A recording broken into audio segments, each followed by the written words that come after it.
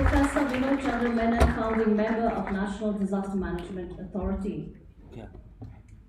Finally, we have with us Shri Anil Raj Rai, who is the Relief Commissioner cum Secretary of Land Revenue and Disaster Management Authority, Government, Sikkim.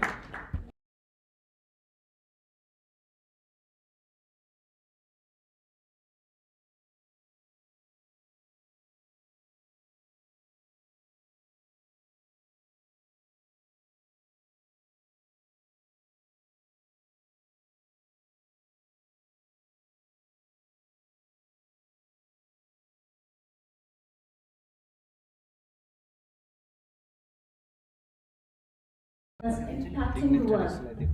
And what better place to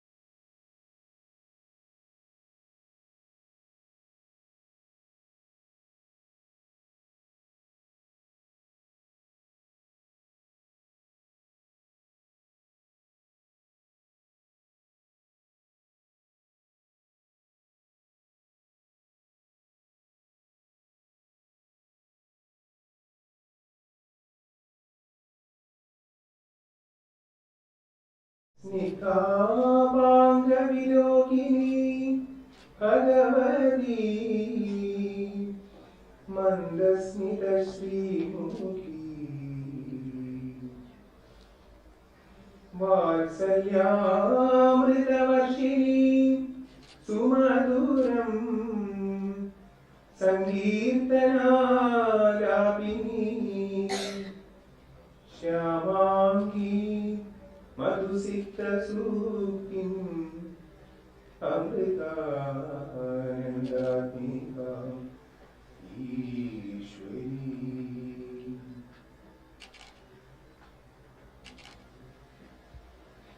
thank you all and thank you to me. We will now have the lamp lighting ceremony, and ladies and gentlemen, to do the honors, may I please request the dignitaries on the dais, led by the honorable ministers, to kindly join for the lamp lighting ceremony.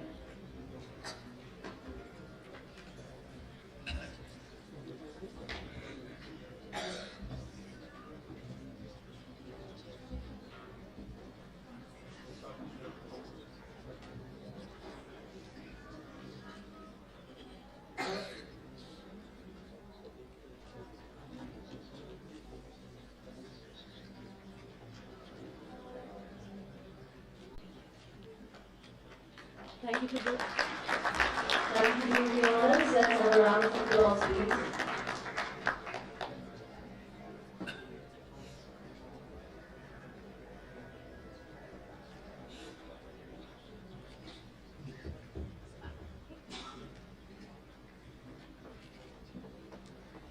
It is my pleasure to introduce Professor Vinod Menon for the welcome address.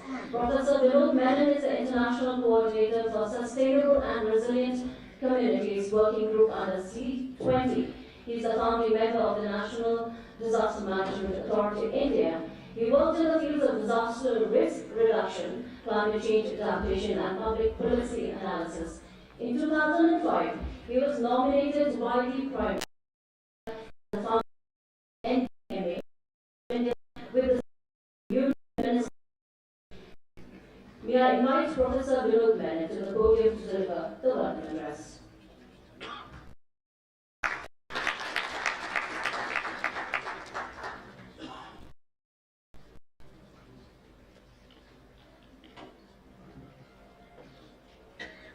Distinguished delegates, Honorable Minister Sri Kunga Nima Lemcha, Honorable Minister Land Revenue and Disaster Management, Government of Sikkim, Mr. M.N. Sherpa, the Honorable Minister of Power, Government of Sikkim, Her Excellency Ms. Joyce Kakuramasi Ikapuda, High Commissioner of the Republic of Uganda, His Excellency Mr. Mustafa Jawara, Ambassador of Gambia, and Mr. Anurag Rai, Secretary in the Land Revenue and Disaster Management Government of Sikkim, very distinguished delegates from India and from the G20 member countries and from the invited guest countries, and very distinguished participants attending to this session at the conclave from many countries abroad, which is being live streamed because the conclave inaugural ceremony is being live streamed, and so many people are attending it online. So I'm very happy to welcome the dignitaries on the dais and also the distinguished delegates who have come from different parts of the world. And we are very happy that we have so many distinguished delegates who are participating, who are invited speakers, and who are also delegates participating in many of the working sessions, plenary sessions, and also the breakout sessions and the training programs which we have organized. We want to welcome everybody, including the Sikkim State Disaster Management Authority officials of the government of Sikkim, and friends from the media, and all the people who made this event a very memorable occasion. Thank you very much. Welcome all of you. Thank you.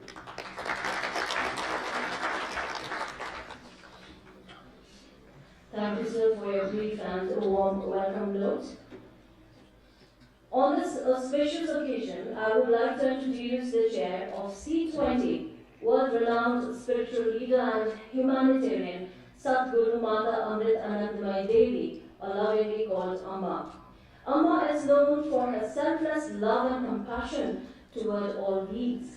Her entire life has been dedicated to alleviating the pain of the poor and those suffering physically and emotionally.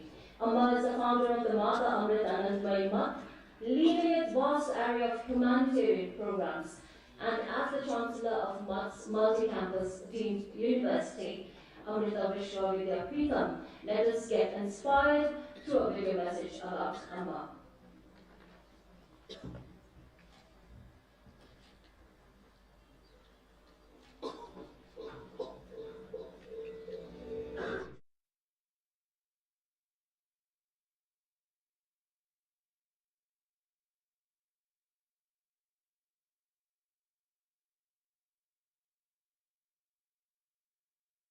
Harmoniously binding all life. This ancient worldview is deeply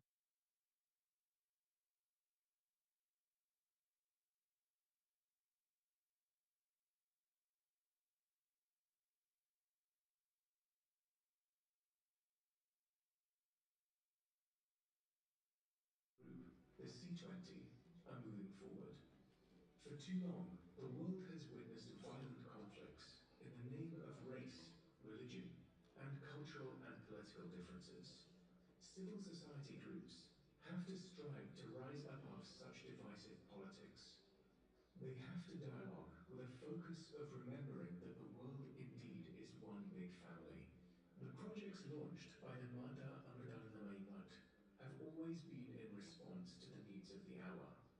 For example, its environmental program, Amala Bharatam, focused on cleanliness campaigns and creating awareness of hygiene. Children were taught to carry handkerchiefs to stop spitting on the ground. It was really a decade later, during the days of the pandemic, that we saw the urgency of such programs. Amma's relief and rehabilitation projects, in the wake of natural disasters, have brought hope to the world, drying the tears of the affected when earthquakes, tsunamis, and other such tragedies have devastated lives. In such situations, Amma's response has always been swift, with various groups of devotees and volunteers completing reconstruction of homes in record time. Inspired by the loving help they received in their hours of need, many people who have benefited from Amma's outreach programs have gone on to volunteer to help others undergoing similar tragedies in the future. This is a proof of the power of love to bring seemingly disparate groups of people together. Amma's views on gender equality have challenged traditional and conservative concepts. She has revolutionized antiquated custom by which women have been alienated.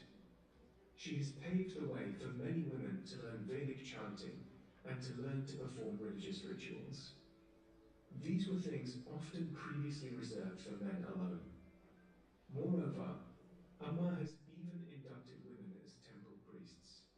In Amma's own words, in reality, God is neither male or female. But if we are forced to choose, then it makes more sense for God to be female, because he is contained in she. In Amma's view, men and women are not meant to compete with each other. Rather, they are to complement one another, like the two wings of a bird. Amma's worldview is founded in her love for all creation. It is not just about addressing gender's inequality, but about addressing all kinds of limitation and marginalization. Some people are denied the opportunity to lead a dignified life due to mental, physical, and genetic disabilities. With this in mind, Amma has devised and implemented many programs for their welfare and rehabilitation. Helping the powerless and helpless is always in the center of Amma's heart. Amma has built an empire of love. She reaches out to all sections of people across the world, embracing the underprivileged and marginalized. She has successfully implemented innumerable social upliftment programs all over the world. Amma has introduced financial assistance programs to supplement the income of impoverished people. She has started drives to provide fresh drinking water, skill training projects, programs to generate employment, started self-help groups to financially support women's groups, welfare projects for socially backward communities, education schemes, programs to preserve the culture of indigenous populations, orphanages, old age homes, care homes, hospital networks, women empowerment programs, initiatives to ensure the rights of transgender communities. The list goes on. It is Amma's view that it is not enough to give a voice to the voiceless. We also have to listen to them. We have to implement projects that will improve their quality of life. Amma's compassion for marginalized society is possible to access a large spectrum of aid projects.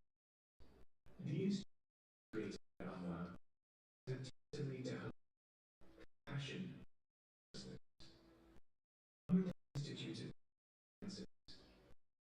hospital in Kochi, Kerala, and in Faridabad, Haryana, provides advanced treatment to all sections of society. These hospitals are a manifestation of Amma's concern for society.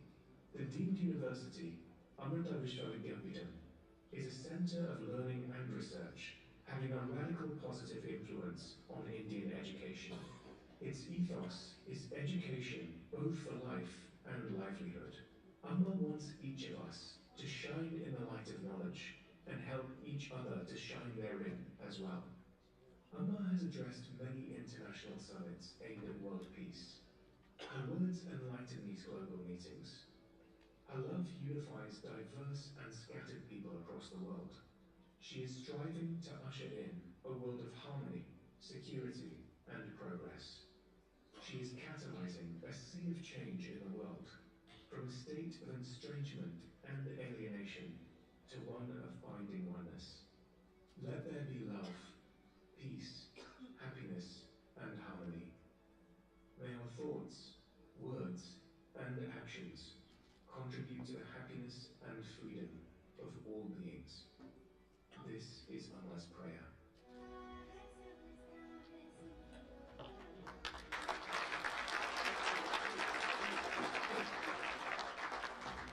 I sincerely hope that we take to heart these pearls of wisdom and utilize them as inspiration to forward Amma's C20 vision. It is my privilege and pleasure to introduce Ambassador Vijay Namher, Principal Coordinator. He is joining us online today. Ambassador Vijay Namher is one of India's most distinguished and finest diplomats, having represented India as an ambassador in Afghanistan, Malaysia, China, Pakistan, and then the United Nations. He was also the Deputy National National Security Advisor to the Government of India and head of the National Security Council Secretariat after his stint as a diplomat. We look forward to your introduction to C20 India 2023. Over to you, sir.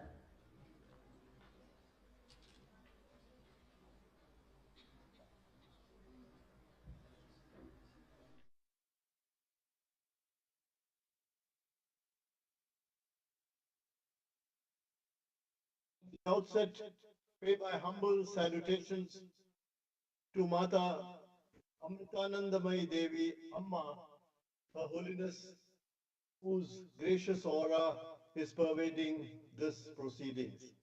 Let me also convey my salutations to Pujya Swami Amritaswarupananda Puri Ji, Your Excellency Kunga Nima Lepcha, Honorable Minister of Land Revenue and Disaster Management of Sikkim, Your Excellency High Commissioner Joyce Kikafunda, High Commissioner of the Republic of Uganda, Distinguished Minister of Power, Your Excellency the Ambassador of Gambia, distinguished guests, ladies and gentlemen. I am most honored to participate today at this high-level conclave in Sikkim of the Working Group on Sustainable and Resilient Communities. I am sorry I am not able to participate in person today. For Amma, as chair of the C20, the ideal vision of civil society is where the state, society, family, and the individual all work in harmony and unison. Her approach exemplifies the motto of One Earth, One Family, One Future, which is the guiding principle of India's presidency of the G20. Over the past months, the SRC Working Group has held a series of webinars and dialogues on net zero emission management, sustainability, compassionate approaches to governance, and the role of technology in developing resilient infrastructure. While following an evidence-based approach to policy, it is also guided by the C20 motto, "You are the light." The onslaught of climate change has placed many species of life on our planet close to extinction and gravely threatens the entire ecosystems across the globe. Around 80% of the greenhouse gas emissions annually of around 50 billion tons carbon equivalent are from G20 countries. Unless we take collective action to tackle this crisis, our very survival is under threat. This remains of critical urgency, and there is much work to be done to ensure sustainable change. Our Prime Minister recognized this imperative when he proactively accepted a commitment for India to go net zero by 2070.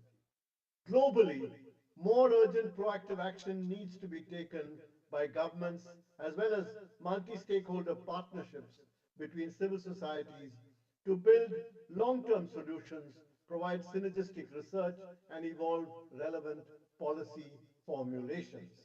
The UN Secretary General, when launching the IPCC synthesis report in March this year, had called for a quantum leap in climate action, and he even proposed an acceleration agenda to fast forward efforts to meet global net zero deadlines. But the action of OECD countries on phasing out coal seems to have resulted in pushing such industries into other parts of the world or in buying junk carbon offsets to make big companies carbon neutral in name. Such virtue signaling may make everyone feel good, but doesn't produce the outcomes desired by all for a better environment for our children. In the aftermath of the Ukraine conflict, even this has actually been given up to a large extent. We hope the developed world will take seriously the UN Secretary General's call on G20 members to pool their resources and scientific capacities, as well as their proven and affordable technologies through public and private sectors to help other countries to attain the goal of carbon neutrality. Weaving resilience will require the establishment of localized resource hubs across the global south with the expertise and tools needed to build and sustain strategies that involve cooperation and collaboration between various stakeholders in different regions. To be truly effective, innovative technologies and knowledge sharing across boundaries, local, national, and global. For community resilience to be a reality for all, including at the last mile level, we need to do what one of India's central ministers recently described as unleashing the tenacity of technology, the audacity of governance, and the resilience of society. This means we need to take large-scale construction of infrastructure to make these technologies, especially in areas like advanced batteries, hydrogen electrolyzers, direct air capture and storage. But in doing all this, governments need to ensure that their clean energy transitions are people-centered and inclusive. Most importantly, we will need to be cognizant of the financing needs of the most vulnerable countries to meet their energy reduction targets. Public financial institutions need to bring new services and products, new strategies to ease the shortage of equity, green financing, and long-term loans. At a recent meeting of the G20 finance ministers and central bank governors in Washington, the issue of mobilization of resources was discussed. But they talked mainly of catalyzing private finance flows for sustainable development goals and scaling up and encouraging wider adoption of social impact investments.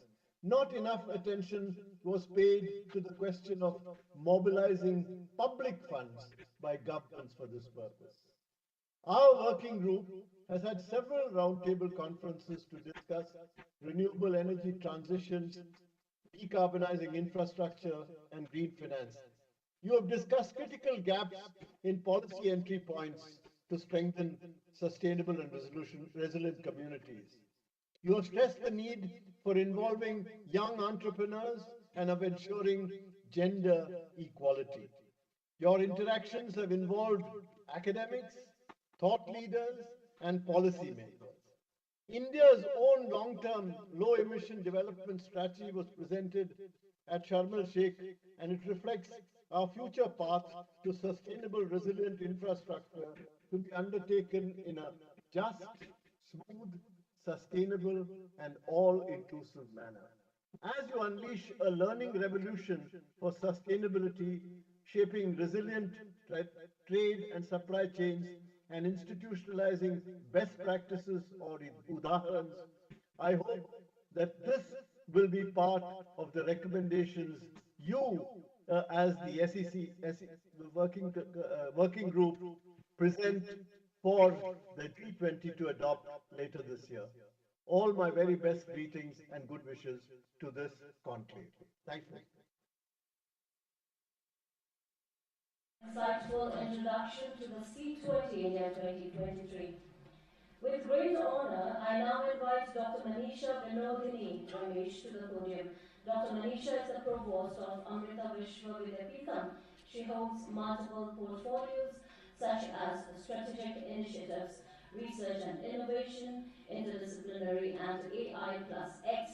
She is the Dean of International Programs at School for Sustainable Development and the Director and Professor at Amrita Center for Wireless Networks and Applications. Her research work was instrumental in deploying the first ever wireless sensor network system capable of issuing landslide warnings.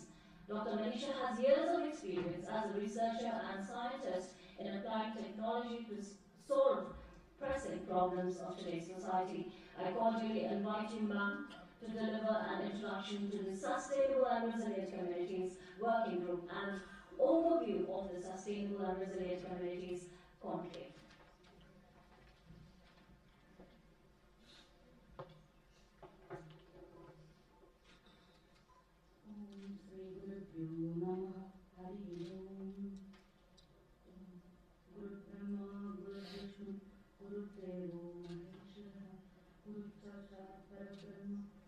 Pranams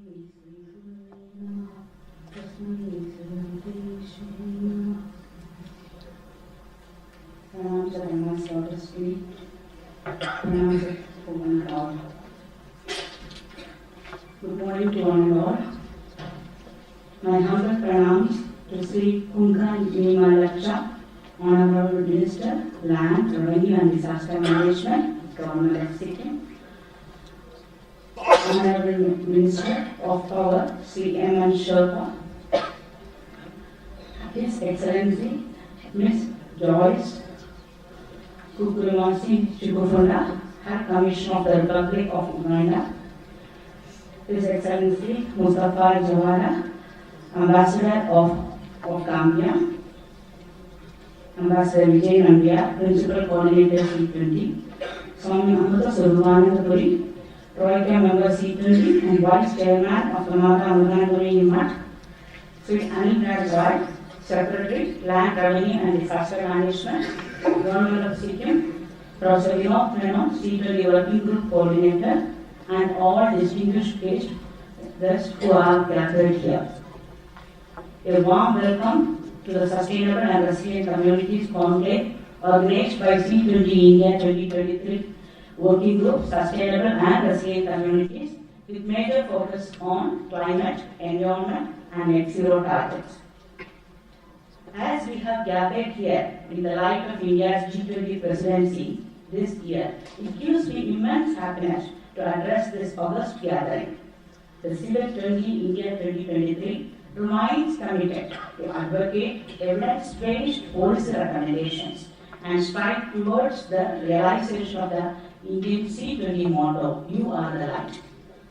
The world-renowned humanitarian and spiritual leader, Sri Mata Amudanapuri India, C20 chair and the founder of Mata Amudanapuri echoes these principles through a plethora of humanitarian initiatives that has transformed the lives of millions around the world through compassion, love and light. The Sustainable and Resilient Communities, Climate, Environment and Net Zero Targets Working Group is one of the 14 groups under C20 and is focused on the areas of climate, environment and net zero targets. The guiding vision of the working group is based on Amma's prayer.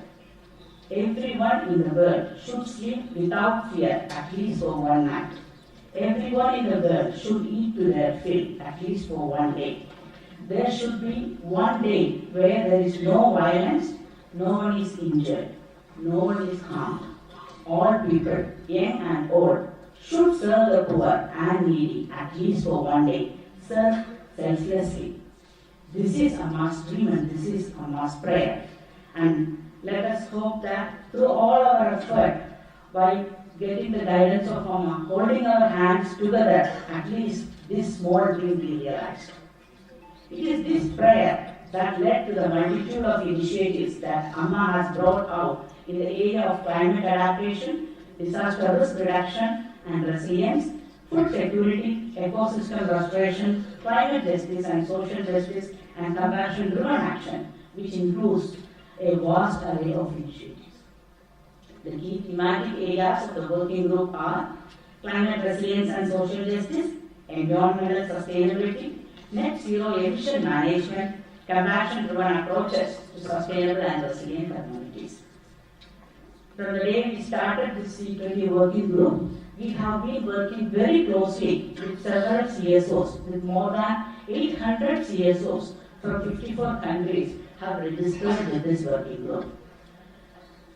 Over 50 plus events has been conducted to have network, bring out the discussions and deliberations to derive policy dialogues in the areas of compassion-driven approaches, net zero emission management, building resilience in a changing climate, sustainable technologies and mitigating emissions in agriculture, sustainable agricultural practices, biodiversity conservation, circular economic policies, and not only that, to the grassroots level, we have conducted compassion-driven child parks with more than 1,000 plus villages participating in more than 25 plus villages where they are looking into it. What are the gaps in there? in their communities, what are the challenges, where the policies are not reaching, what are the strategies they want, what are the strategies they felt as the best practices. So from the grassroots level, from the civil society's needs, has been we are trying to bring it up so that we can deliberate and come up with the real policy recommendations which can be given to the C20 Secretary. Not only that, we know that India is very diverse and multicultural. The whole world, there is also several countries have a lot of indigenous communities already practicing sustainable and resilient approaches. How do we bring out to the limelight? So we have also conducted a program where we try to collect the udaharans, which means the best practices from these communities through CSOs.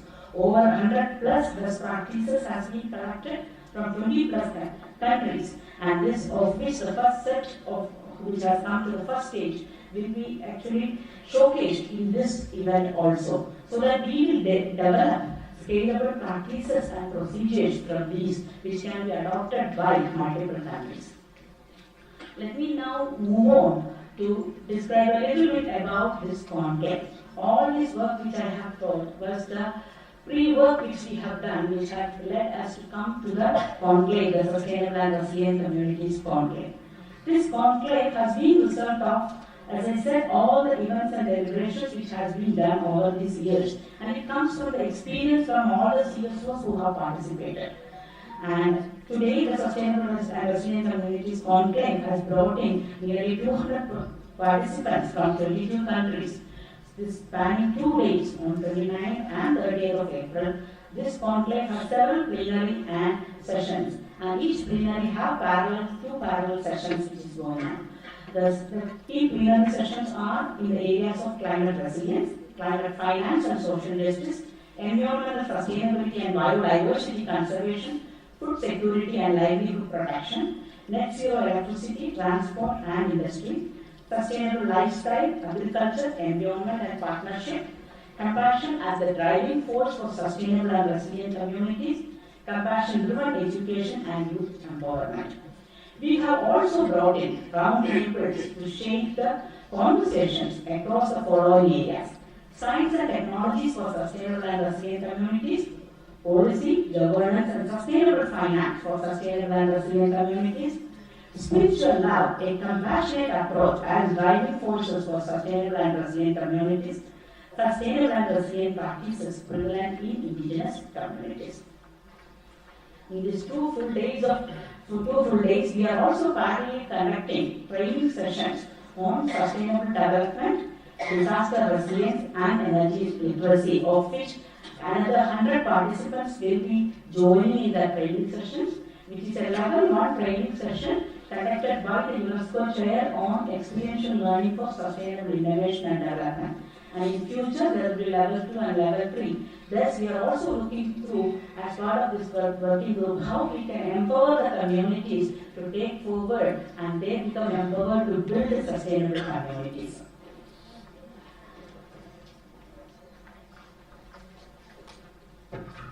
Amma earlier has told us that in our approach to sustainable development, we should not forget that it is by strengthening the people at the base of the pyramid that the entire edifice of society becomes healthy and strong.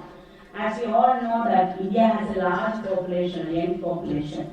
In this regard, Amma has actually, while delivering the keynote address in the UN, during the United Nations Conference on Technology and Sustainable Development in New York, Amma said that Amma has one wish. All universities should send their students to impoverished rural villages or city slums for at least 1 or 2 months during their education. They would be able to see directly the issues and problems that the poor face. They could then develop solutions, and this would help us to help the poor in the most effective way and at the same time awaken compassion in today's youth. This approach has been adopted at Amrita Vishwavidyapitham, and UNESCO has acknowledged this work, has been and also has taken up as a major initiative to do it as a wider adoption under the UNESCO chair. So there is a larger work which is happening to bring in a global curriculum where compassion becomes the base and thus bringing sustainable and resilient communities.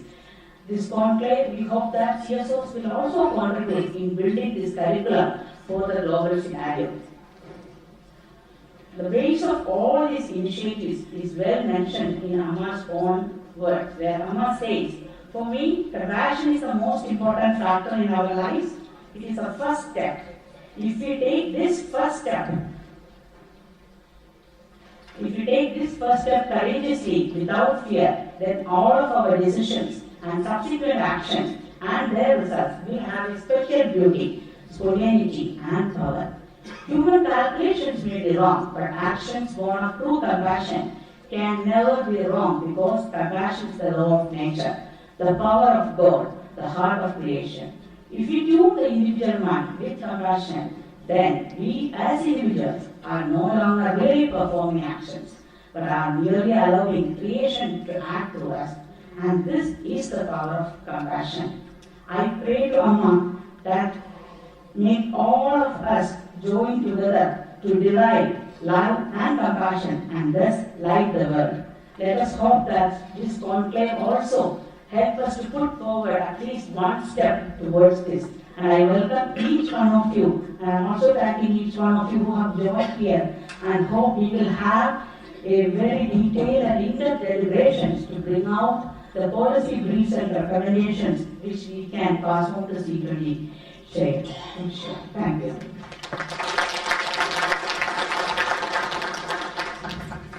Thank you, ma'am, for your informative introduction about the working group and the conclave. Next, we would like to present a video message from Amma, the chair of C20 Sadhguru Mata Anandamai Devi, about the underlying vision about the C20 working group on sustainable and resilient communities.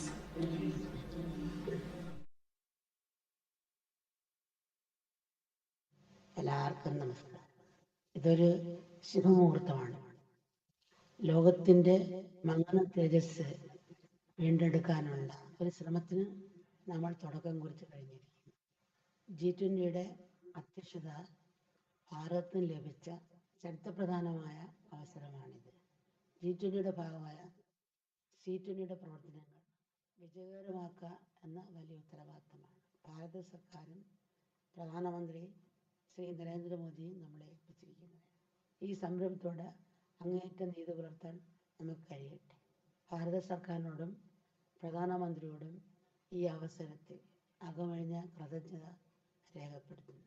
പ്രവർത്തന മേഖലകളിൽ അവർ നേരിടുന്ന പ്രശ്നങ്ങൾ പരിഹരിക്കുക, ജനങ്ങളുടെ ഹിതമറിയുക, വിവിധ പ്രവർത്തന മേഖലകളിൽ അവർ നേരിടുന്ന പ്രശ്നങ്ങൾ പഠിക്കുക, അവ ഭാരത സർക്കാരിൻ്റെയും G20 രാഷ്ട്രങ്ങളുടെയും ശ്രദ്ധയിൽപ്പെടുത്തുക, പരിഹാരങ്ങൾ നിർദ്ദേശിക്കുക. അതാണ് C20യുടെ പ്രധാന ധർമ്മം.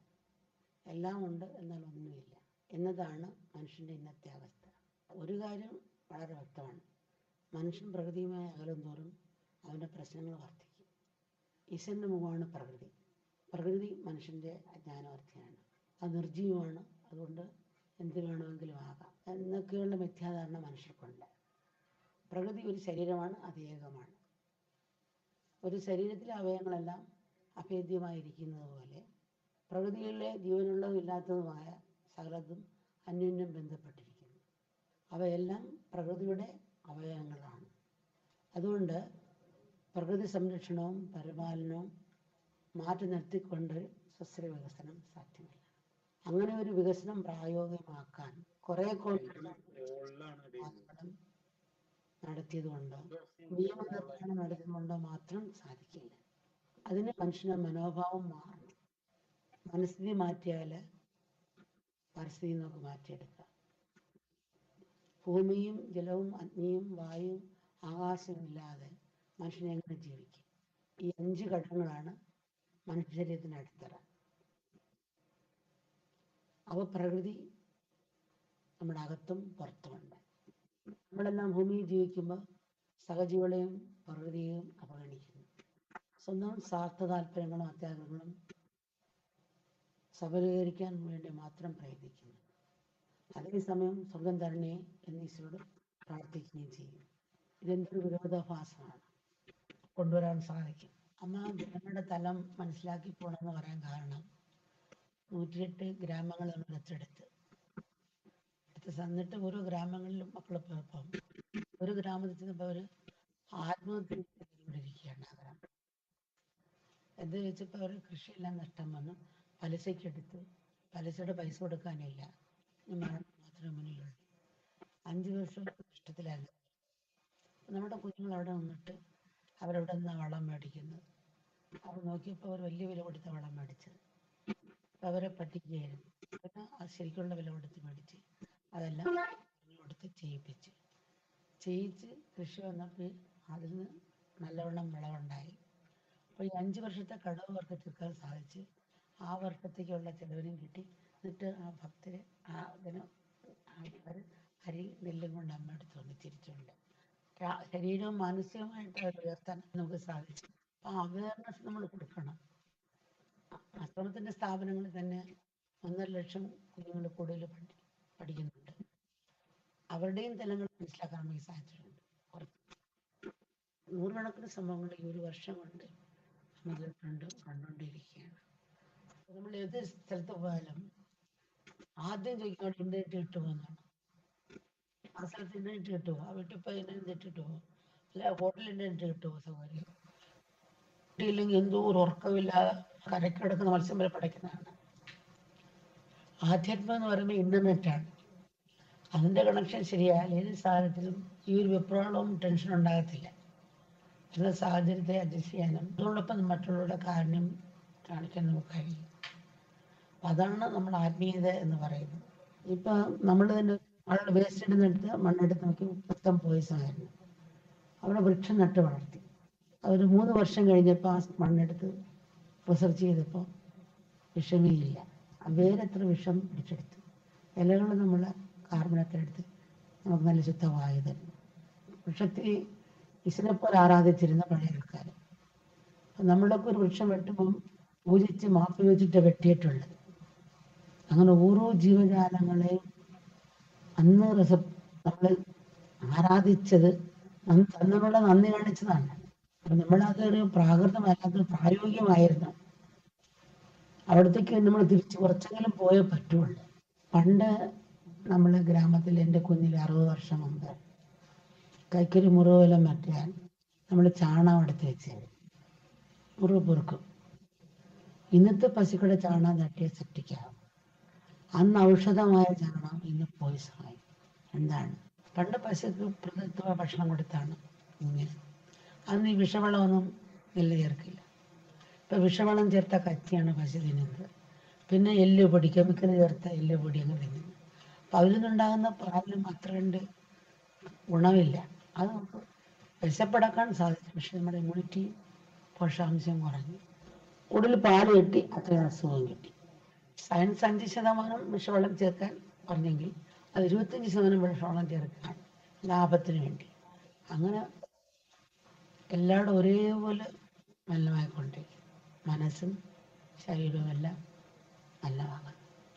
വേണ്ടെന്ന് പറയുന്നില്ല, അത് നല്ലൊരു ക്രമീകരണങ്ങൾ കൊണ്ടാണ്. ആവശ്യങ്ങളുടെ പുറകെ പോയാൽ നമുക്ക് എല്ലാവർക്കും ഭൂമിയിൽ തന്നെ സ്വർഗമാക്കാം. ഒരു പൂത്തലിൽ നിൽക്കുന്ന ഒരു പൂന്തോട്ടം ഓർക്കുക. അതിൽ കുറേ കുട്ടികൾ ഓടിച്ചാടി കളിക്കുന്നു. അതിൽ പൂമ്പാറ്റകൾ ഇങ്ങനെ തേൻ കുടിച്ചും അത് മറന്നും കളിക്കും. ഇങ്ങനെയൊരു ലോകം ഉണ്ടായിരുന്നെങ്കിൽ ഞാൻ ആഗ്രഹിച്ചു പോവാണ്. പൂമ്പാറ്റകളെന്ന് വെച്ചാൽ എല്ലാ ജനങ്ങളും ആഹ്ലാദിച്ചു. അപ്പോൾ എല്ലാവർക്കും അവർക്ക് അവകാശപ്പെട്ട് കിട്ടും. ഇവരുണ്ടാക്കുന്നെല്ലാം കൊടുക്കണമെന്ന് പറയും. അതെങ്കിലും കുറച്ചെങ്കിലും അങ്ങോട്ട് ചാർന്നാൽ ഒരു ദീപായി നമ്മൾ മാറില്ല. ഇപ്പം ദീപായി കൊണ്ടുപോവാണ്. ഒരു സിംഗിളുടെ കണ്ണി ആയിത്തീരും. നമുക്കെല്ലാം ഒരേ മനസ്സോടെ ഒരേ ലക്ഷ്യത്തോടെ ലോക നന്മയ്ക്ക് വേണ്ടി നിസ്വാർത്ഥമായി പ്രവർത്തിക്കാൻ നമുക്ക് കഴിയട്ടെ. നമ്മളെ പിന്തുടർന്ന് വരുന്നവർക്ക് നമ്മുടെ പ്രവർത്തനങ്ങൾ ശ്രേഷ്ഠമായ ഒരു മാതൃകയായി തീരട്ടെ. നമ്മുടെ ജീവിത വൃക്ഷം സ്നേഹമാകുന്ന മണ്ണിൽ ഉറച്ചു നിൽക്കട്ടെ. സകർമ്മങ്ങളാകട്ടെ അതിലെ ഇലകൾ, അനുകമ്പാപൂർണമായ വാക്കാകട്ടെ അതിലെ പുഷ്പങ്ങൾ, ശാന്തിയാകട്ടെ അതിലെ ഫലങ്ങൾ. സ്നേഹത്തിൽ ഒന്നായി തീർന്ന ഒരു കുടുംബമായി ലോകം വളർന്ന് വികസിക്കട്ടെ.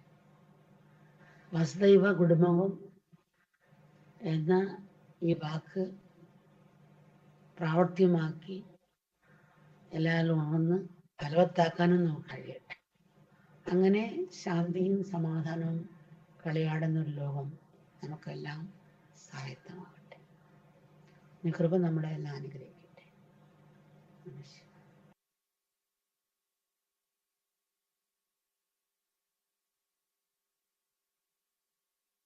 Can we please have a big round of applause for Amma?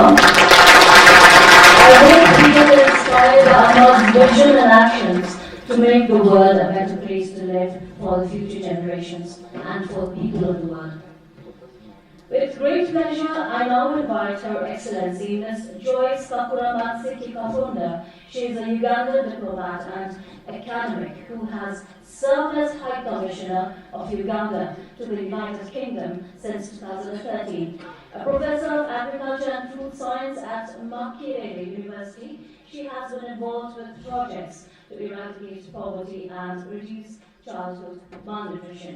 She was also a member of the Board of Trustees of the International Rice Research Institute from 2010 to 15. Ma'am, you are cordially invited to deliver the keynote address.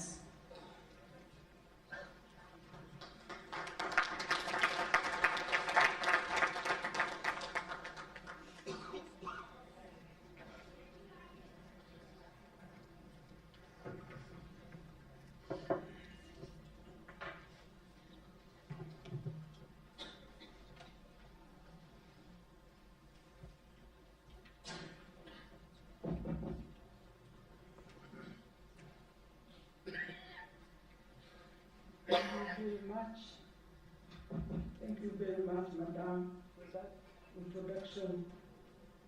Thank you.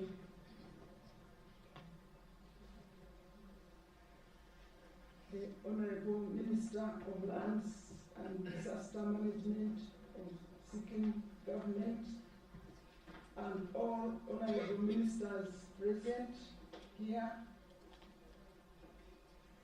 Chairperson of C20, our much loved Amma, and all members of C20, ambassadors here present,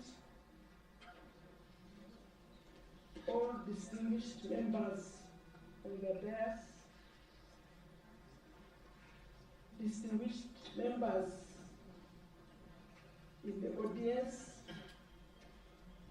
in your various capacities, all protocols observed, ladies and gentlemen, good morning.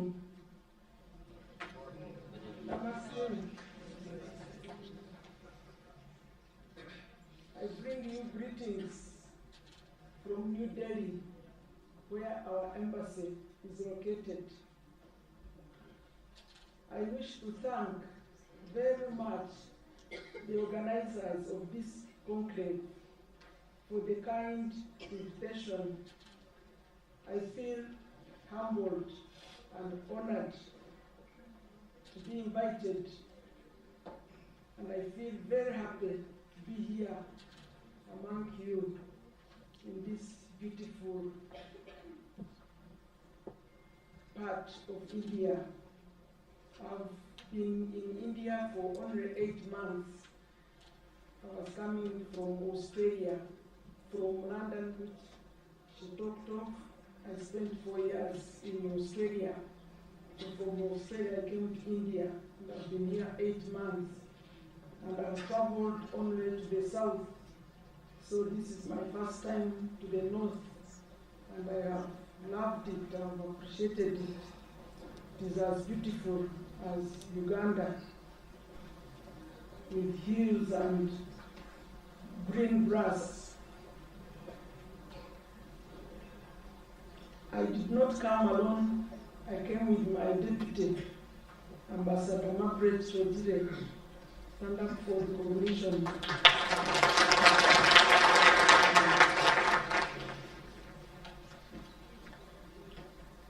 The organizers were kind. They didn't give me a specific topic. So when I saw the program, with 10 minutes to present. So in the interest of time, I picked 2 issues to talk about in that time. I'm not sure I'll make the 10 minutes, but I'll try my best. I'll talk first briefly on the relationship between Uganda and India, and then I'll talk about an issue that is close, that is part of the topics of the conclave, and that is environment.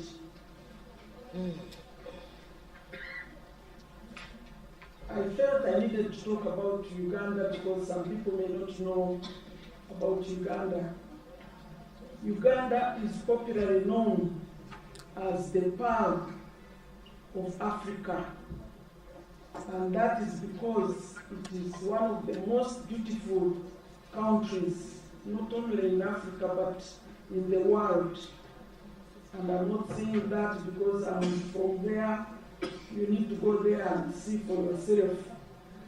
It is embedded in the heart of East Africa. I will not go more into that because of time. It is a small country but very powerful. The relationship between Uganda and India span over centuries, and recent it is getting stronger and stronger. Our president, His Excellency, President Yoweri Kaguta Museveni, has made several official visits to India. And in 2018, he invited the Prime Minister of India, His Excellency Shri Modi, and he visited Uganda. And he was given a singular honor to address the whole of Africa in Uganda's parliament. That was the first time it was done. And during his address, he assured the whole of Africa of India's support. And he said, India's support has no strings attached. India will support Africa according to the country's needs, but not because they need this, they need that, but because of the needs of the country, which we find very, very good.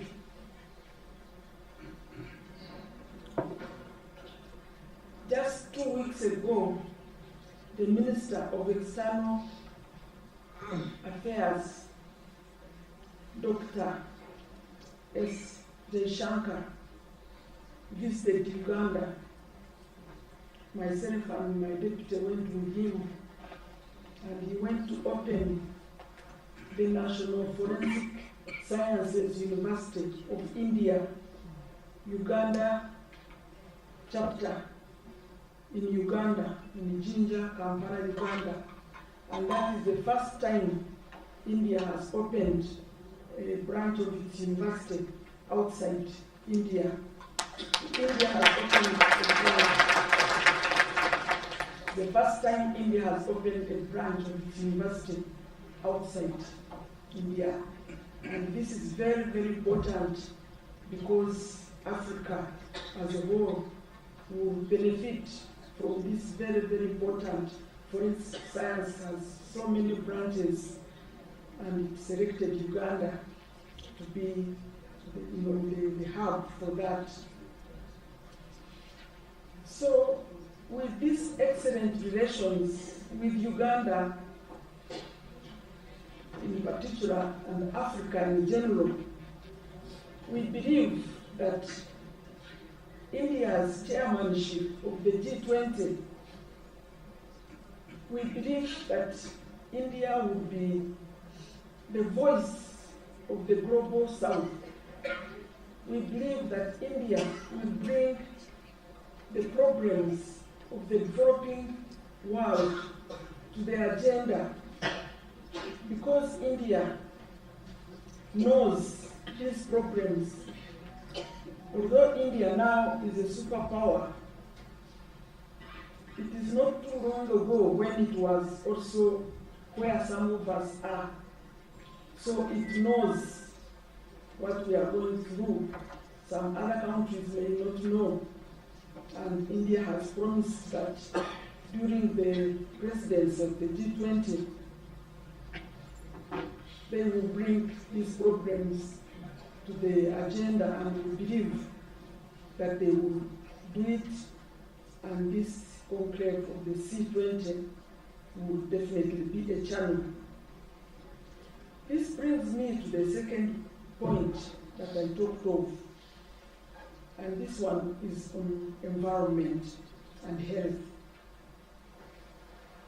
And this one is, I wanted to bring to your attention that in sub-Saharan Africa, over 75% of the rural communities and the poor, urban poor, use wood fuel and charcoal for cooking. Almost 80%. And you can imagine what that is doing to the environment. The same environment we are trying to protect. We are struggling to get net zero, and here we are cutting trees, we are cutting shrubs. Because food, eating is a fundamental human right. No one can go without eating. And these communities in the rural, they are poor. They cannot do without cooking, without eating. So, what is C20 going to do about it? What is India? How is India with its population? How is it handling it? How are the people, these are poor people, going to be empowered to use cleaner sources of energy? Whenever this topic comes up, I say, what about solar? In Africa, the sun, and even in India, the sun is up 12 months a year. I'm always told solar is expensive. I don't know why. Somebody needs to explain to me why solar is expensive. We have hydro, it's biogas, but people will cut every tree, and when they cut, they don't plant. So where will this end? And it's not only environment that is affected, it's also health. This cooking with wood, this smoke that is generated, some research compared it with smoking 2 packets of cigarettes every day, and yet smoking has been banned. Smoking is not allowed in airplanes, in offices, and yet in rural communities they are using their smoking. Whoever has never seen these smoking kitchens cannot understand. For me, I understand. And these are women and girl children. The men, at least the African men, don't go in these kitchens. They are sitting outside waiting for the food. The women and the girl children, especially the children who don't go to school. I remember myself, whenever I got home, I would enter the kitchen and run out because I wouldn't stand the smoke. But because I'm privileged, I was privileged to go to school. Those who don't go to school stay in those kitchens all their lives. Think of their lungs, think of their eyes. So this is a case that the C20, you pick it up and by extension, take it to the G20 so that something can be done, because it can't remain like that. Madam Chair, as I conclude,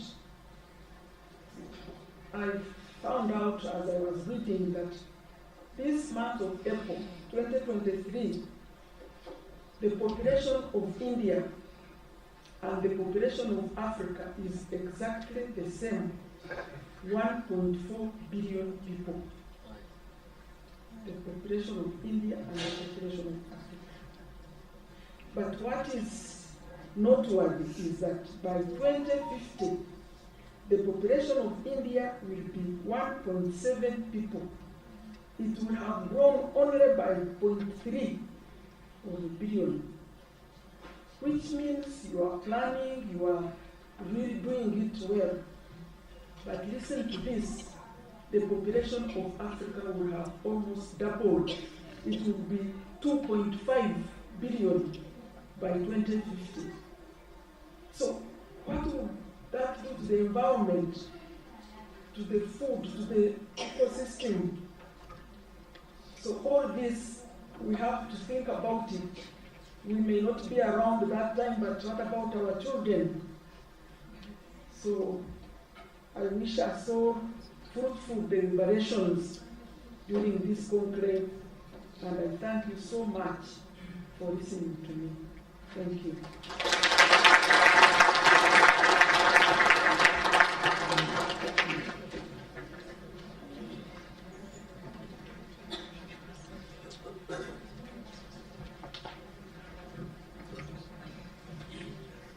Thank you very much, Your Excellency, for your encouraging speech and throwing light on the relationship between Uganda and India. What an insightful speech, madam. Next, I would like to humbly welcome Swami Amrita Swarupananda Puri to the podium. Swamiji is the Vice President of Mata Amrit Anandmay Math and President of Amrita Vishwa Vidyapitha. He is the head disciple of Amma. He holds a Master's in Philosophy and is a renowned author. He serves as a Troika member in C20 India 2023. I extend a warm welcome to you and look forward to your felicitation address.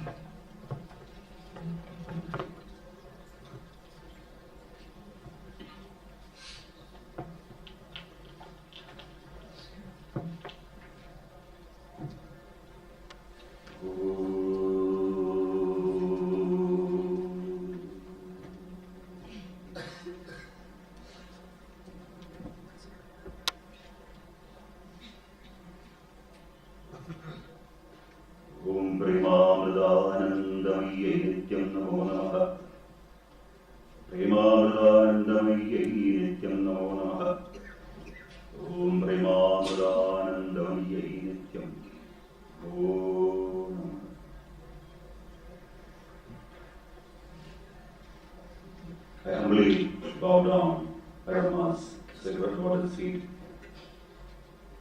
My namaskaram, love and greetings to Honorable Minister Sri Kungani Balrancha, Honorable Minister Aman Sharma, His Excellency Ms. Joyce Kakramasi Chikapunda,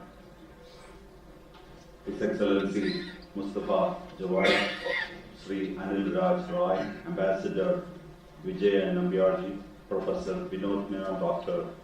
Manisha V. Sudhir, and other dignitaries, delegates, and participants gathered here. I'm neither a scientist nor an expert or professional.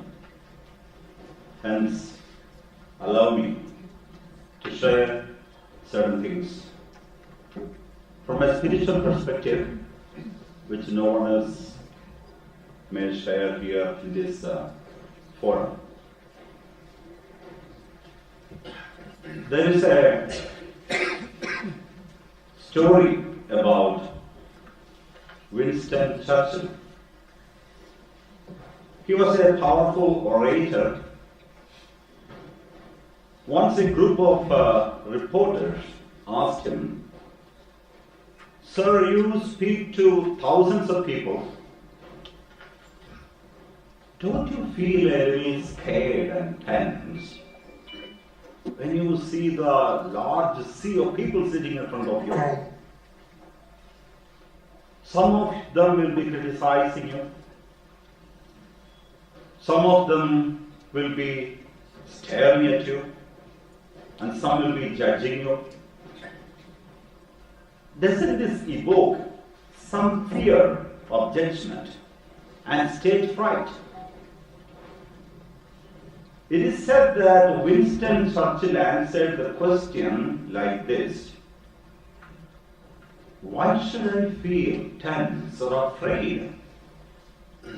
Once I am at the podium, I glance at the entire audience and tell myself, convince myself, so many fools."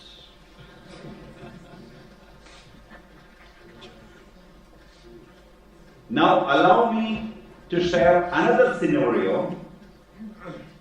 Once a reporter asked Amma, Srimata Amritanandamayi Devi, "Amma, you travel all over the world, you don't speak any other language other than your mother tongue. Almost all the people you meet and embrace are strangers to you, and for them also you are unfamiliar, so to speak. Thousands of them come to be in your arms. However, as I observe you, I think neither are you a stranger to them, nor do they see you a stranger. How do you do this? What is the secret?" And Amma said, "Because I only see me in everyone. Everyone is just an extension of my own self, therefore there is no other."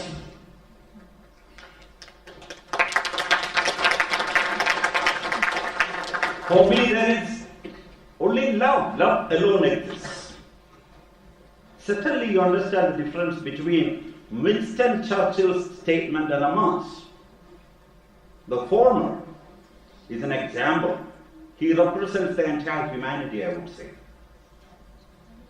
We see each other as others, as fools, as stupids, and we don't care. And for Churchill, or for any one of us for that matter, the ego, is most important. Our emphasis is on the ego, on the body, on the diversity, on differences. I am is the only focal point, and everyone else doesn't exist. But for a person such as Amma, there is no difference between you and I. We are one. Oneness alone. God alone exists. And the emphasis is on oneness, not on diversity. We live in an age where the modern youth scoff at religious traditions and the way our forefathers lived in harmony with nature. They brand the ancient ways of worshipping nature as primitive and uncivilized. However, now humanity is slowly beginning to understand there is truth in the words of the seers, our ancients. Hence, we see some small degree of effort to practice their advice. What did our forefathers do differently?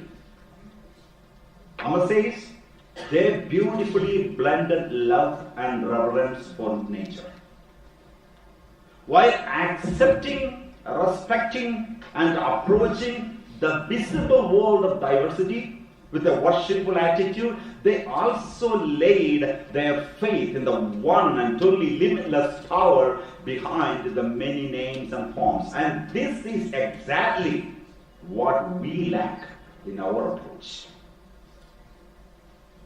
Of course, now we are taking climate change, sustainable development, and resilience seriously nevertheless.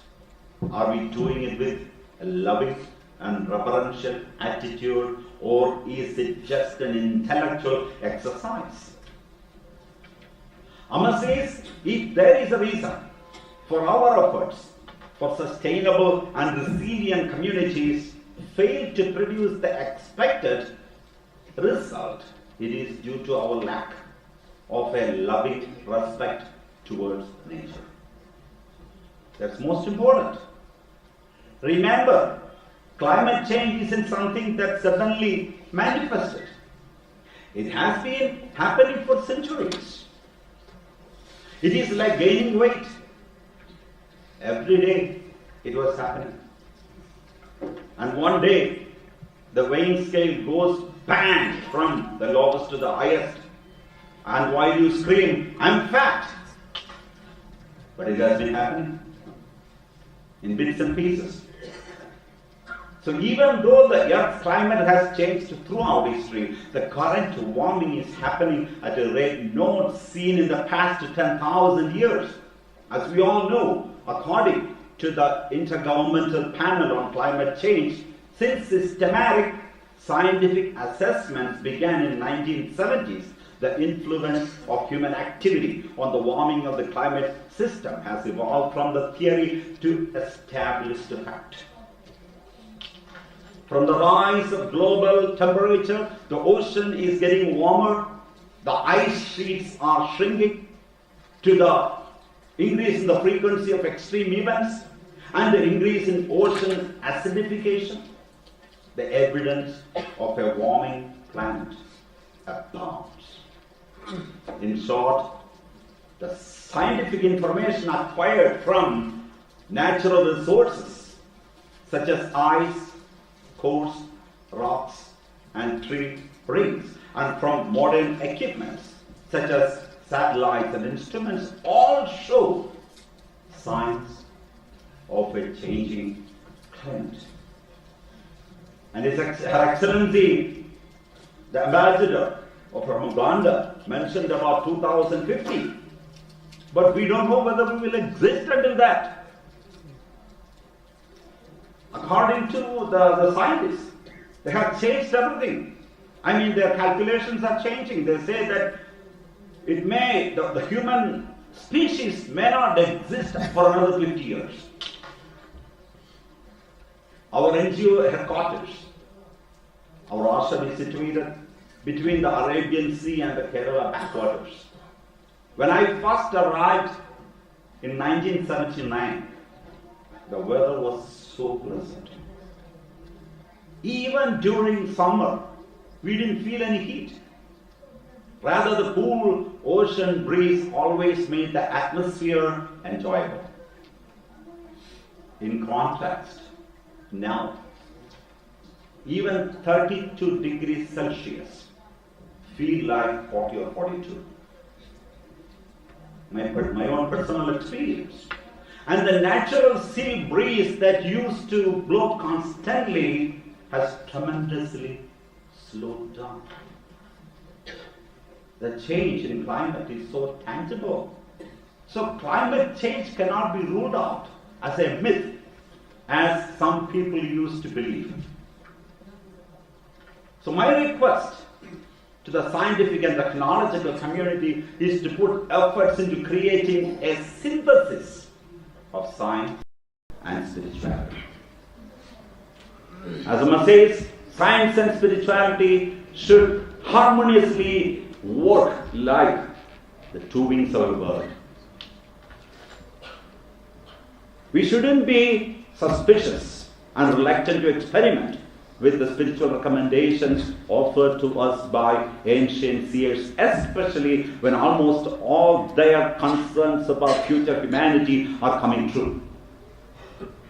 There is no harm in trying their recommendations, right? Scientists say that climate change is directly linked to a higher risk pandemics as rising temperature enable mosquitoes, ticks, and other disease-carrying insects to proliferate, adapt to different seasons, and invade new territories.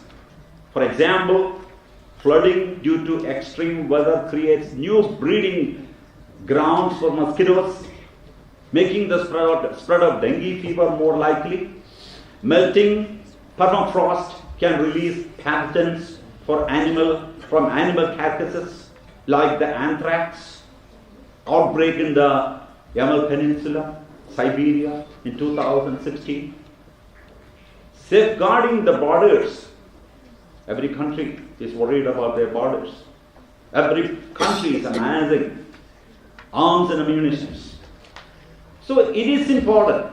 Safeguarding the borders and assuring security and protection for its people is certainly one of the prime duties of every country. Alongside, there is also a need to go beyond divisions and differences and see the world from the perspective of the oneness principle, especially with the fatal changes both seen and unseen. Hence, the significance of practicing India's G20 slogan, Vasudhaiva Kudumbakam, has greater relevance. The entire slogan, the verse, the entire Sanskrit verse taken from Maha Upanishad, a part of the Samaveda, is like this. Secretaries of state government, principal secretaries, heads of departments, all dignitaries coming from 28 countries, heads of department, and all government officials who are present here today. C20 Conclave on sustainable and resilient communities, climate, environment, and net zero targets is organized by Amrita University in collaboration with the government of Sikkim. I would like to go a little bit about this conclave. Sustainable and resilient communities are communities that are able to meet their present needs without compromising the ability of future generations to meet their own needs, while also being able to adapt and recover from various environmental, social, and economic challenges. Sustainability refers to the ability to maintain ecological balance and prevent depletion of natural resources, while resilience refers to the ability to withstand and recover from shocks and stresses. Both are critical for building communities that are able to thrive in the long term. The theme of the conclave resonates with the government's policy on sustainability resilience. Post-2013, the state government directed by the Honorable Chief Minister has come up with the various measures for following. Number one, environmental sustainability. This includes practices that reduce waste, conserve natural resources, and protect ecosystem. Two, social sustainability. This involves creating inclusive communities that prioritize equity, diversity, and social justice. Third, economic sustainability. This involves developing local economies that are resilient and able to provide stable employment and income opportunities. 4. Infrastructure and technology. This includes investing in renewable sources, renewable energy, sustainable transportation, and other forms of infrastructure that promote sustainability and resilience. Number 5. Emergency preparedness. This involves developing plans and strategies to respond to natural disaster, pandemics, and other crises. I am also happy to inform you that due to the proactive nature of the government of Sikkim, Sikkim has topped in all the parameters for the Sustainable Development Goals for 2021 in Northeastern region. These are just some of the many initiatives that is being implemented successfully in the state. I am also aware that many organizations are partnering with SSDMA to help states' efforts in mitigating many challenges. On behalf of the government, I welcome your initiative and ideas in stepping our effort. This is reporting brief on what the state government is doing. Today, we are talking in terms of self-reliance, we are talking in terms of preservation of culture, preservation of environment, preservation of protection of forests. So basically, these objectives or the objectives of what we can achieve only if all of us, not individuals, we as a whole, join our hands together to see to it that, not for ourselves, but for our future generations who are eagerly awaiting, to see what we are doing, what we are doing to secure their future. Vasudeva Kutumbakam is the theme of G20 as well as C20. Vasudeva Kutumbakam, one earth, one family, and one future. We have to work to the extent that this objective is achieved by us. And this cannot be then done by working in isolation. Of course, we know that we are living in a diverse situation, language-wise, our culture-wise. In everything, we are living in diversity. But forgetting all these diversities, all of us will have to get over to see to it that we create one world in which entire citizens of the world become one citizen, citizen of the world, citizen of the universe, and one world where we work together to see to it that as Amma has pointed out, all the mouths have to be fed. We have to see to it that no one goes hungry.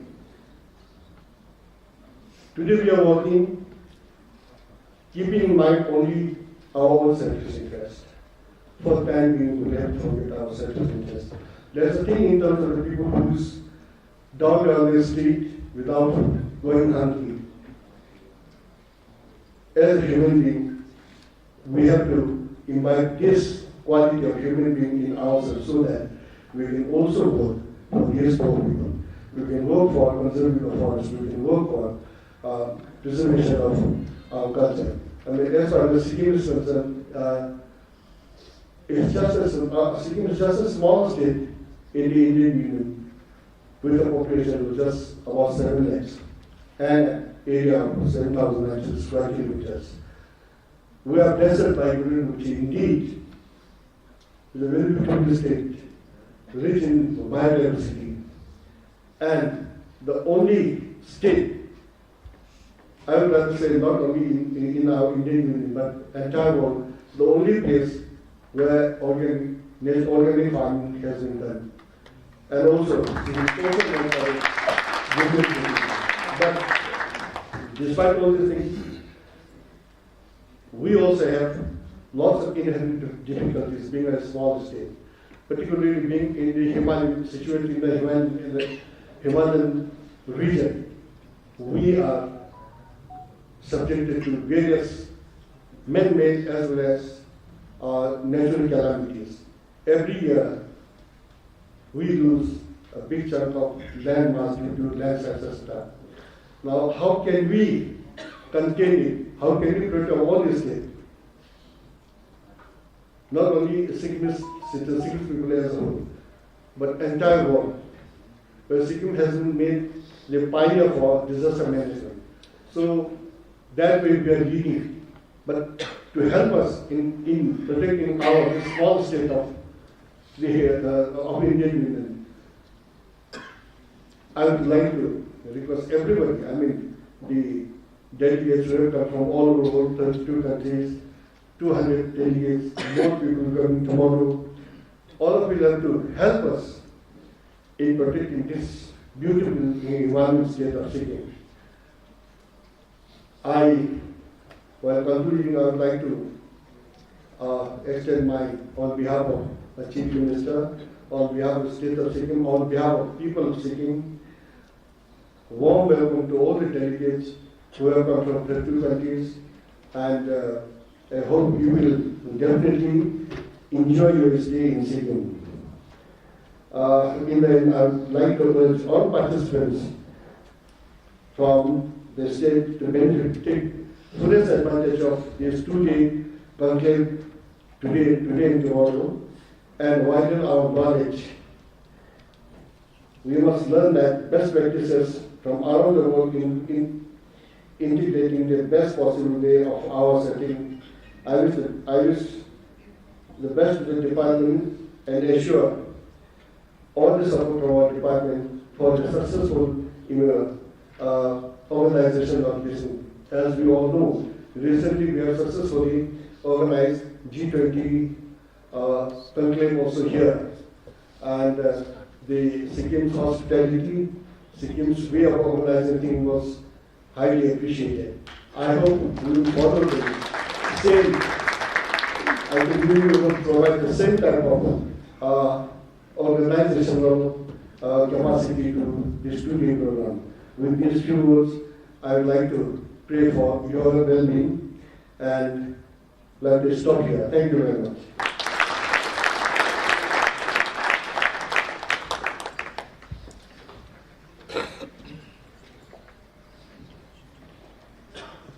Thank you, sir, for gracing this occasion and for your encouraging address. Next, as a token of appreciation and gratitude, we would like to honor our dignitaries on the dais with mementos. May I request Sampuja Swami Amrita Swarupananda Puri to present small token of appreciation. First, to Sri Kunganima Lecturer, Honorable Minister Land Revenue and Disaster Management, Government of Sikkim.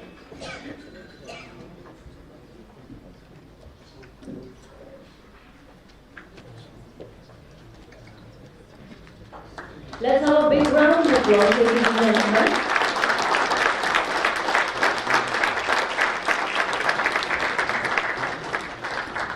May I now request Dr. Manisha V. Ramesh to present memento to Her Excellency Ms. Joyce Kakuramat Seki Kafunda, High Commissioner of the Republic of Uganda.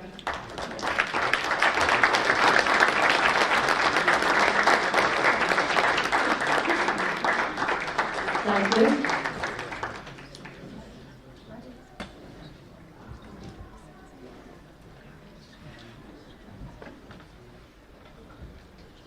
Token of appreciation is also being presented to Honorable Minister, Power Department, Shri N. Sherpa.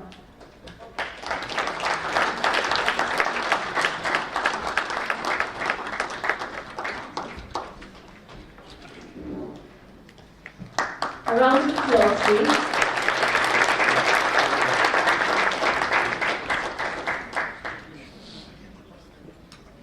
May I now request Professor Vinod Menon to present memento to Mr. Anil Rajrai, Secretary, Land Revenue and Disaster Management Department, Government of Sikkim. Let's have a big round of applause, ladies and gentlemen.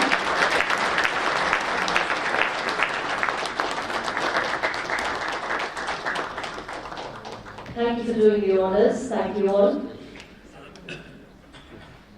Next, I would like to humbly invite Sri Anil Rajrai, Secretary, Land Revenue and Disaster Management, Government of Sikkim, to the podium to say a few words of thanks.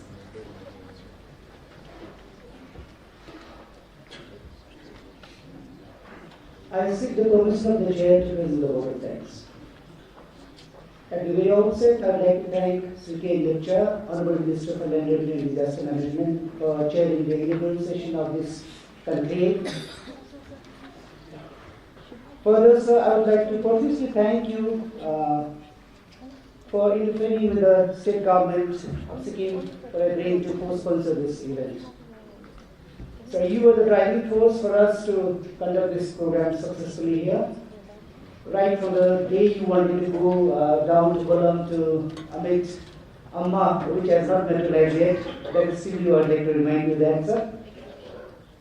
Next, I would like to sincerely thank Reverend Amma, the chairperson C20, India 2023, for choosing Gangtok, Sikkim, as the venue for this important conclave on sustainable and resilient communities.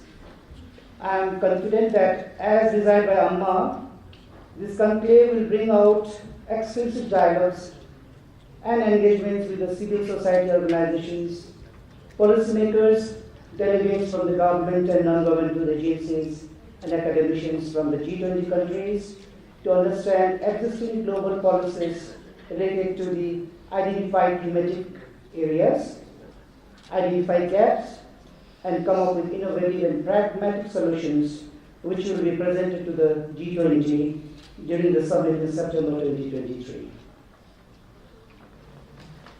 I would like to also thank the Honorable Minister for Power, Mr. Amin Shekhar, for his kind presence. My sincere thanks to the Honorable MLA Gangtok, Honorable Deputy Mayor, Madam, Gangtok Municipal Corporation, Honorable Councillors from GMC, for their kind presence. My special thanks to all the delegates from the G20 countries, including the Honorable High Commissioner of the Republic of Uganda and the Deputy Commissioner Ma'am, and also the Honorable Ambassador of Gambia for coming all the way to Sikkim to attend this G20 conclave. I would collectively again once say I will not be able to mention all the names. A collective thanks to all the delegates from India and abroad. We have delegates from 28 countries, but that is excluding our host country. It is my bounden duty to thank the dignitaries, heads of department. Thank you so much. Despite a busy schedule, all my colleagues and senior colleagues from all departments have made it to this program. Some are not absent, some are absent, not that they didn't want to come, but then they have other prior engagements. Otherwise, every HOD in the state was interested to attend this conclave. I once again reiterate, I thank the HODs for spending their valuable time to attend the inaugural session. And I hope you will remain with us in the plenary sessions too, because there will be a lot of learnings. I know very busy schedules for you, but if you can spare to be in some of the plenary sessions, I think you will learn a lot. My vote of thanks would be incomplete if I forget to thank the organizing team comprising of dedicated members from Amrita University, Sikkim State Disaster Management Authority, and other line departments. They have worked 24/7 to ensure the success of the C20 conclave, I said. Departments like IPR, Home Department, Police Department, Urban Development Department, Gangtok Municipal Corporation, Power and PHE deserve special mention for coordinating with the organizers flawlessly. Last but not the least, I would like to thank the print and electronic media for their kind presence, for the wide coverage of the C20 program right from the day we had the press conference. Thank you one and all, and I hope you will make this C20 conclave a grand success by actively participating in all the plenary sessions as a site trainings too. Thank you one and all. Thank you, sir. Now I'd like to request the dignitaries on the dais to close in for a quick photo opportunity. May I request the camera persons to please come forward. We also have selfie spots placed right here to my right and outside for those who would like to take memories from the conclave.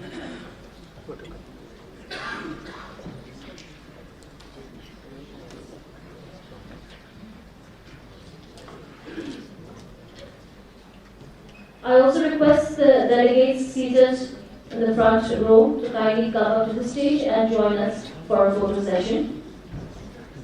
Yeah, I think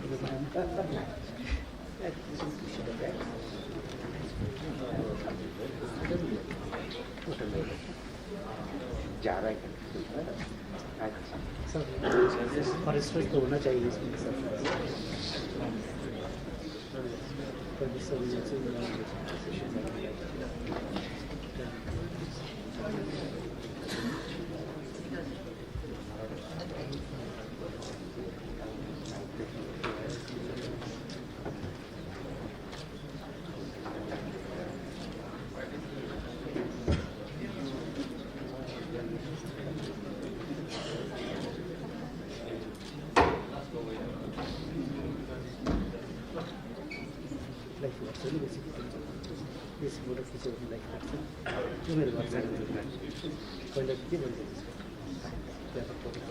I'd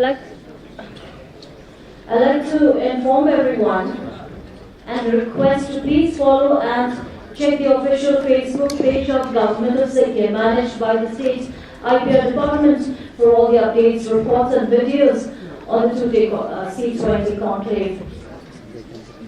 I thank everyone for gracing the occasion with your presence. A small announcement before we break for tea. There's a field trip planned to the landside early warning system deployed here in Gangtok, scheduled for early morning, 6 a.m. to 7 a.m. tomorrow. Those of you who are interested in joining this trip are requested to please sign up at the registration desk at the entrance. I now request one and all to proceed for tea break. After the break, we will move on to the plenary, which consists